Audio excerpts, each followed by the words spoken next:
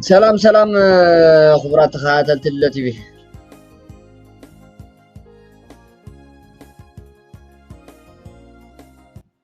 سلام سلام خبرات خاتلت التي به كميس أن يحكم تمليسنا مزيناكم لنا جنرال قعش قبري ميديا تجراي كلنا بحبار كنا بزجبرنا سقطي بعبيد ما تعوعي ناي سدرابيتو بزفترو سقطات ناب حزب بزقربو طرعانات سدرابيت قعش قبري نتي عنقن ورقن زخونه فتو جنرال أبو تجراي جنرال تجراي زخونه أبونا جنرال قعش قبري كرخبو خيلو مالو هوحات عقلا متسببا بقى كاب شعبيا لمينا الرخيبات الله مستدرا بيتو اب حماق كونتات ينيرت مالي ናይ ጥዕና ፀገም እውን ኣለዎ እዩ መድሃኒታት እውን ኣብ ኢድ ስድራ ቤቱ ይነሩ ስለዚ ኩሉ በቃ ስድራ ቤቱ ክበፅሑ ወይ ከኣሉን ባዕሎም እውን ተዛሪቦም እዮም ክንረኽቦ ይከኣልና ናቤሎ ራብዓይ መዓልቲ ኢሎም እዮም መወዳእታ ህወሓት በቃ ሚድያታት ኩልና ብሓባር በብዝጥዕመና መንገዲ መጭወይትን ምዕፋንን ናይ ልእኽቶ ሻዕብያ ተቐቢላ ዘካየደቶ ህወሓት ክነቃልዖም ጀመርና ስድራ ቤቱ ክረኽቦ ክኢሎም ኣሎ መድሃኒታት ዝተወሰነውን ሒዙሎ ግን ክሳብ መዓስ እዩ ናበይ ሕጂ ኸይ ህወሓት ወላ ሸለል ክትእዘሉ ትኽእል እያ ሻዕብያ ግን ስቕ ይብል ዶ ምክንያቱ ሻዕብያ ካብ ቀደማ እያ ትፀልኦን ጀነራል ጉዑሽ ገብረ ኣብ ጾሮና ስትሂና ቢልዋ እያ ኣብቲ ናይ ቁልዕ ወራር ኣብቲ ባናይ ወራር ናይ ኢሳያስ ዝወልዖ ናይ 98 2000 ገለመለ ንብሎ ብሻዕብያ ኣፀዋዓ ኣብኡ ስትሂና ቢልዋ ትማል እውን ኣብ ቁልዕ ወራር ድፋጫ ኣስትይዋ እዩ ሻዕብያ ብዓብኡ ካብ ፌደራል መንግስቲ ክትንፀል ገይርዋ እዩ ሻዕብያ ፌደራል መንግስቲ ናብ ፕሪቶርያ ሻዕብያ ናብ ዓዲ ሃሉሞ እዚኣ ይሰሪሑ ጀነራል ጉዑሽ ገብረ ስለዚ ፅልእን ቅርሕንትን ኣለዋ ጀነራል እዚ ግንባሩን ተእተውሉ ህወሓት እውን ትሕጎስ ፀባት ሰቲ ይውሕዶ ከማን እያ ትብል ሻዕብያ ስለዚ ሎሚ ምስ ስድራ ቤቱ እዚ መዕሸው ክኸውን እዩ ናይ ዓቕሊ ፅበት እንድያ ጌራቶ ህወሓት ድሕሪ እዚ ኸናበይ እዩ ሙሉእ ብሙሉእ ናብ ስድራ ቤቱ ድዩ ወይስ ሕሰቦ ብዘይ ፍርድን ብዘይ ዝኾነ ነገር ራብዓይ መዓልቲ ገይሩ ጀነራል ጉዑሽ ገብረ መወዳእታ ዓቕላ ምፀባ ትእዛዝ ናይ ሻዕብያ ከይተቐበለት ህወሓት ምስ ስድራ ቤቱ ሪኣቶ ኣላ ኣብ ሚድያ እውን ክቐረፅ ጌራ ኣላ ሶ ከምዚ በቃ ተራኺቡ እንዲ ተመስገን ሕጂ ዳ ምስ ስድራ ቤቱ ተራኺቡ ጉዑሽ ገብረ ኣሎ ርኢና ኢና ብሂወቱ ገለመለ ደሓር ከ እዩ ህራይ ምስ ስድራ ቤቱ ክራኸብ ርኢና ኣለና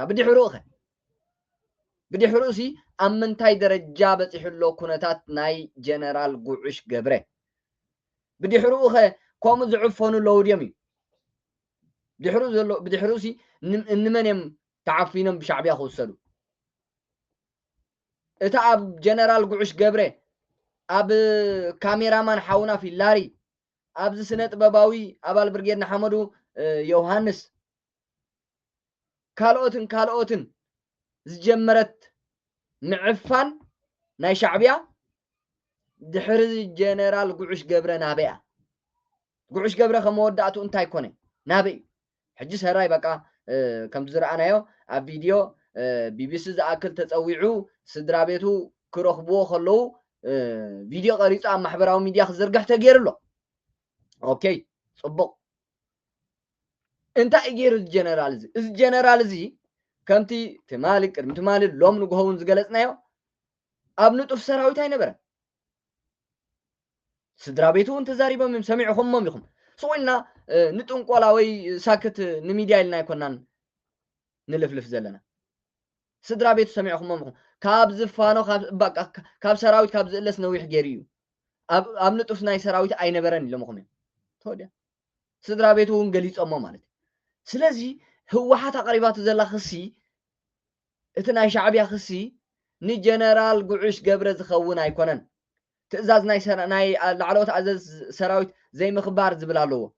ዋ ኣብ ሰራዊት ዘይነበረ ሰራዊት ምልዓዓል ናብ ዘይከውን ዕላማ ዶ ገለ ዝብል ኣለዎ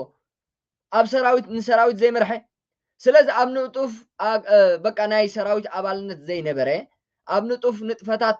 ምንቅስቃሳት ናይ ሰራዊት ዘይነበረ ጀነራል ከመቢልካ ኢኻ ምእዛዝ ኣብኒ ሰራዊት ኣላዒለይ ምስ ሓራ መሬት ትግራይ ተራኺቡ ሓራ መሬት ትግራይ እቶም ቀንዲ እሙናት ሰራዊት ናይ ትግራይ ህወሓትን ባህላውያን ጀነራላታን እቶም ቀንዲ እሙናት ናይ ሻዕብያ ስለዚ ኣየና እቲ ትግራዋይ ኣየና እቲ ሻዕብያ ኣበይ ዘሎ ሕጂ እቲ ንትግራይ ዝጠለመን ኣንጻር ትግራይ ዝተስአን ጀነራል ጉዕሽ ገብረ በቃ ሻዕብያ ስለዘይትደልዮ ድሌታት ናይ ሻዕብያ ኣብ ትግራይ ክትግበር ተደኣ ኮይኑ ሻዕብያ ከም ድሌታት ትግራይ ክትሕምሳ ተደኣ ኮይና ሻዕብያ ኣብ ትግራይ ደስ ዝበላ ክትዓስርን ክትፈትሕን ክትቀትልን ክትጨውን ተደኣ ኮይና ጀነራል ጉዕሽ ገብረን ንጀነራል ጉዕሽ ገብረ ዝመስሉ ደቂ ህዝቢ ዝኾኑ ኤሊታት ኣዘዝ ሰራዊት መራሕቲ ፖለቲከኛታት ካብ ትግራይ ክጠፉ ጥራዮም ዘለዉ እዚ ዕላማ ናይ ሻዕብያ እዚ ድሌት ናይ ሻዕብያ እዚ ተግባር ናይ ሻዕብያ ኣብ ትግራይ ሶ ጀነራል ጉዕሽ ገብረ ርኢናዮ ኣለና ፅቡቅ እዩ ተሓጒስና ደስ ኢልና ስድራ ቤት እውን ንእሽተይ ቅልል ኢልዎም ተገደደ ኣብ ኢዶም ዝነበረ መድሃኒት ናይ ጀነራል ጉዕሽ ገብረ ዝተወሰነ መድሃኒት ክህብዎን ዝተወሰነ መድሃኒት ክወስድን ክኽእል ይኽእል ብድሕሪኡሲ ናበይ ኮይንና ድና በቃ ዋዕ ሕጅስ ዝሒሉ ከማን እሰይ እንቋዕ ተረኸበ በቃ እንቋዕ ዝረኣና በቃ ከማይ ኢልካ ሰብ ፍትሑ ክፍታሕ ኣለዎ ሻዕብያ ከምኣ ገይሩ ፊልም ኣርእዩ ህልም ከብሎ ክእል ክስውሮ ክእል ኣሎ በቃ ብቴሌፎን ንስድራ ቤቱ ከረኽቦም ክእል ከረኽብዎ ክእሉ እዮም ሻዕብያ ህወሓት ክተረኽቦ ትኽእል እያ ዓቕሊ ግበሩ ክወፅእ እንዳቐጥቀጥዎ እናሃለዉ ዓቕሊ ግበሩ ክወፅእ ኣይትሸገሩ መድሃኒት ዘይብሉ እናሃለዎ መድሃኒት እውን ኣለኒ ክብል ክእል ትማሊ ሕማቕ ዝረኣዩ ሰባት ብኣፉ ኩሉ ነገር ሪኦም እዮም ሕማቕ ሪኦም እዮም ተዛሪቦም ስለዚ ናብ ሚድያ ክቀርብ ከሎ ሕጂ ግን በቃ ሚድያ ስለዝኾነ ክረአ ስለዝኾነ ሜይቢ ማይ ሂቦም ሕፂቦም ዝብላዕ ሂቦም መድሃኒት እውን ብገለ መለ ባዕሎም ኣምፅኦም ገለ ዝኾነ ነገር ገይሮም ክኾኑ ክእል እዮም ኣቕሪቦም ኣለዉ መዳዓዓሲ ንዓና እውን ነቲ ክንህቦ ዝቐነና ሓበሬታን ክንኮኖ ዝቐነና ድምፂ ናይ ጀነራል ጉዕሽ ገብረን ውዱቕ ንክኸውን እዚ ድራማ እዚ ሰሪሓ እያ ህወሓት ስለዚ ድሓን ፅቡቕ ንሱ ብዝኾነ እንቋዕ ኣቕረበቶ ዝድለ ናብ ስድራ ቤቱ እንቋዕ ራእየቶ ኣራኸበቶ ብድሕሪኡ እንታይ ይኸውን ትግራይ ክሳብ መኣስያ ብሻዕብያ እናተሃድነትን ዜጋታታ እናሰኣነትን ክትከይድ ብትእዛዝ ሻዕብያ ብኢድ ጀነራል መዓሾ በየነን ገብረ ዓዴትን ዝተጨወየ ጀነራል ጉዕሽ ገብረ እንኮላይ በዚ ፍስሃ ማንጁስን ከም ዝረኣናዮ ምስ ስድሩ ተራኺቡሎ ስድራ ጉዕሽ ገብረ ናብ ጀነራል ታደሰ ወረደን ናብ ካልኦት ሚድያታት ወላ ንሕና ናብ ኩሉ ብዘቕረብዎ ደብዳቤ ህዝቢ ብዘርኣዮ ዘይተፀበይዎ ተቃውሞን ፅዑንቶ ፈጢሮም ህወሓት ምስ ስድራ ቤቱ ከራኽብዎ ክኢሎም ኣለዉ ዝተረኸበሉ ኣብ ዞባ ማእኸል ትግራይ ሻዕብያ ዝደለየ መደብ ንመንጀሪኖ እናሃበ ብጀነራል ምግበይን ብጆን መዲድን ማዓሾ በየነን ኣቢልዩ የፈፅም ምህላው ካብ ዝንገር ሓያል ገይሩ እዩ ሻዕብያ ዝደለየ መደብ ነዛ ጓል 80 ዓመት ክንሳ ጓል 35 ዓመት ትመስል መንጀሪኖ እናሃበ ብባህላውያን ጀነራላት ምግበይ ሃይለን መዲድን ማዓሾ በየነን ኣቢሉ ኣብ ትግራይ ዝደልየ ነገራት ክፍፀም ይገብር ኣሎ ክንሕብር ፀኒሕና ኢና ዝገርመኩም መራሕቲ ህወሓት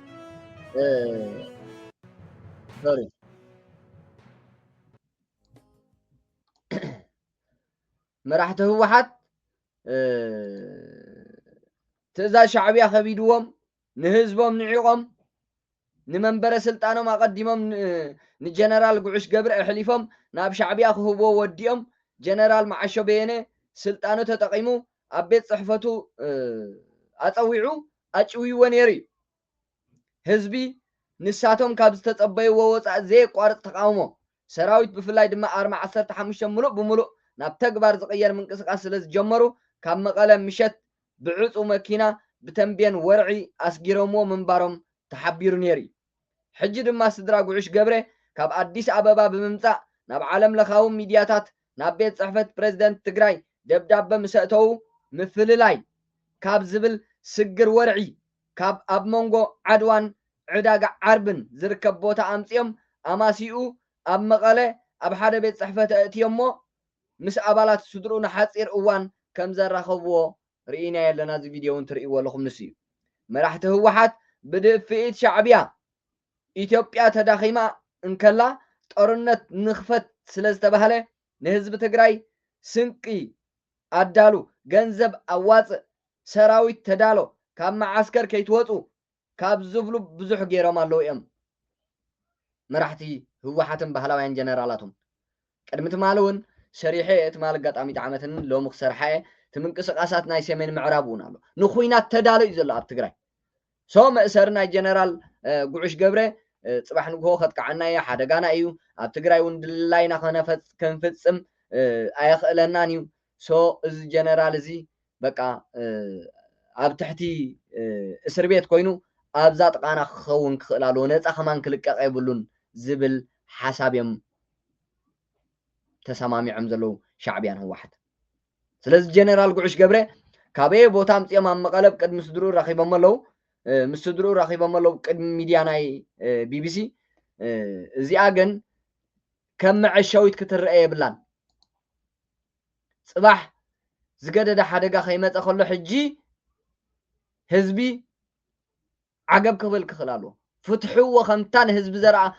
ምስ ስድራ ቤቱ እናተራኸበ ንህዝቢ ዘርኣኹሞ ከማ ጌርኩም ናብ ወለዱ ናብ ስድራ ቤቱን ስደድዎ እዚ ጀነራል እዚ ምስ ሰራዊት ርክብ ኣይነበረን ምስ ሰራዊት ኣይነበረን ኢሉ بعوتا خزارب كخل على ورك عبيت زين عاي دراما إذا لما أنت زرع أخوه فيديو مس بي بي سي تتصويعو كحاحيلهم بقى ما يهيبهم حسيبهم من جنرال قعش قبره شنك خمزة يقولوا أم مكرا خمزة أنحى أبس أبابا أبس ألمات خمزة أنحى أمسيلة مغربا مزلو نعانا كين الزارب نسدرا بيتو خا بقى واي بقى داما يكون راقبهم مسكد حرسهم يراقبون ونخونيهم دحرسهم الأخوة خونيهم سدوا خونيهم نتقبلوا خونيهم نابلو مدعى عاسي كينات كساب الجمر كينات تجميرو تشاو هلم بلا ما هلم كبليهم نبعلا بزي أسقطا خنبل بقى أفلام كتكون يبلان كساب مودة تخساب زفتح دمسخون كونا لنا مغنياتو أب جنرال قعوش قبره اند حردا حيل زيرئيو تقراواي صباح ፖለቲከኛታቱ ስነ ጥበባውያናቱ ጋዜጠኛታቱ ኤሊታቱ መራሕቲ ሃይማኖቱ ኣቦታት ትግራይ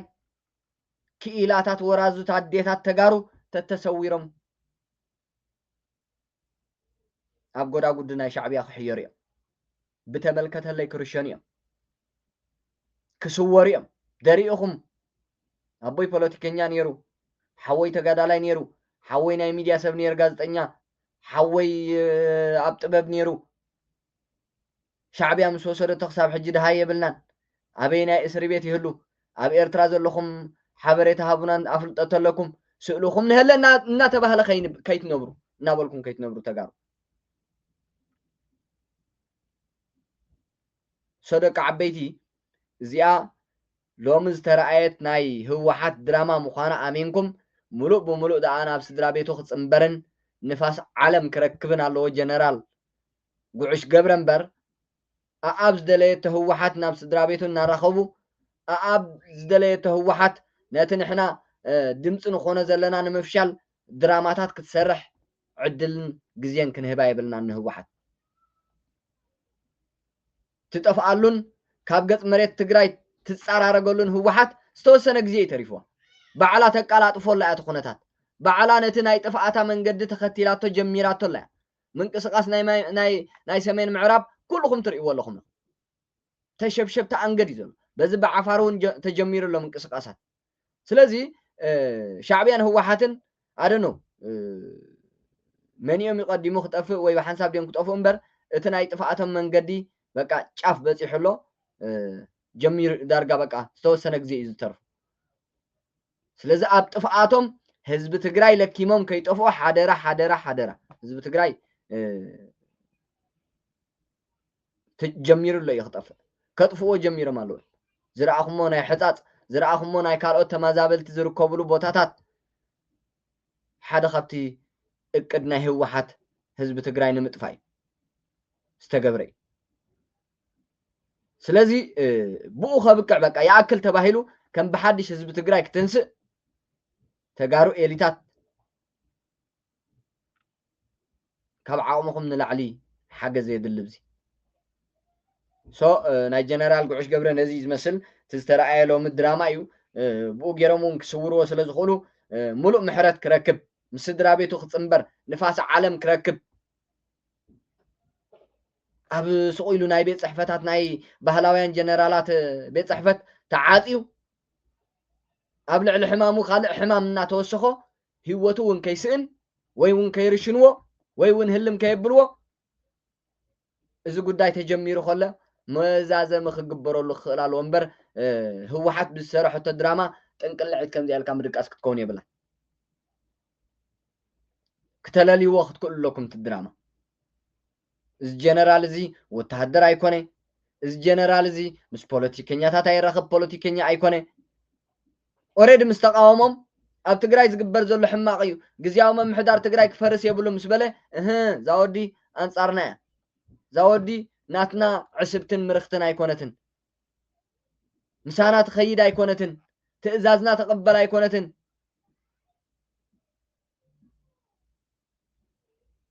ክትግንፀል ኣለዋ ኢሎም ገንፂሎም እዮም ነፂሎም እዮም ካብ ህወሓት ካብ ሰራዊት ኣባይሮም እዮም ዓመትን ልዕሉ ንገብር ካብ ሰራዊት ካብ ዝባረር ስለዚ ነየናይ እዩ እቲ ትእዛዝ ኣይተቐበለን ሰራዊት ኣላዓዒሉ ዝበሃል ድራማታት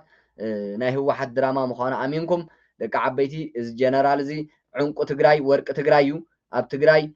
ከምቲ ክበሃል ዝቐነየ ክንብሎ እውን ዝቐነና ሓወልትታት ኣብ ልዕሊ ሓወልትታት እናተሰርሓሉ ጎደናታት ትግራይ ብስሙ ክፅዋዕ ዳ ኣይግብኦ እምበር እስር ቤት ኣይግብኦን እዩ ክንጋላታዕ ኣይግብኦን እዩ ዘለዎ ሕማም ተፈዊሱ ክሓው እምበር ሕማም ኣብ ልዕሊ ሕማም ክድረበሉ ኣይግባእን እዩ ድምፂ ክሳብ መወዳእታ ድምፂ ንኹነ እየ ዝብል የቐኒየለይ ክሳብ መወዳእታ ምሳይ ስለ ዝፀናሕኩም ዘሎ ሓደሽቲ ምዕባሌታት ናይ ጀነራል ጉዑሽ ገብረ እናተኸታተልና ክነቕርበኩም ኢና ደሓን ፅንሑ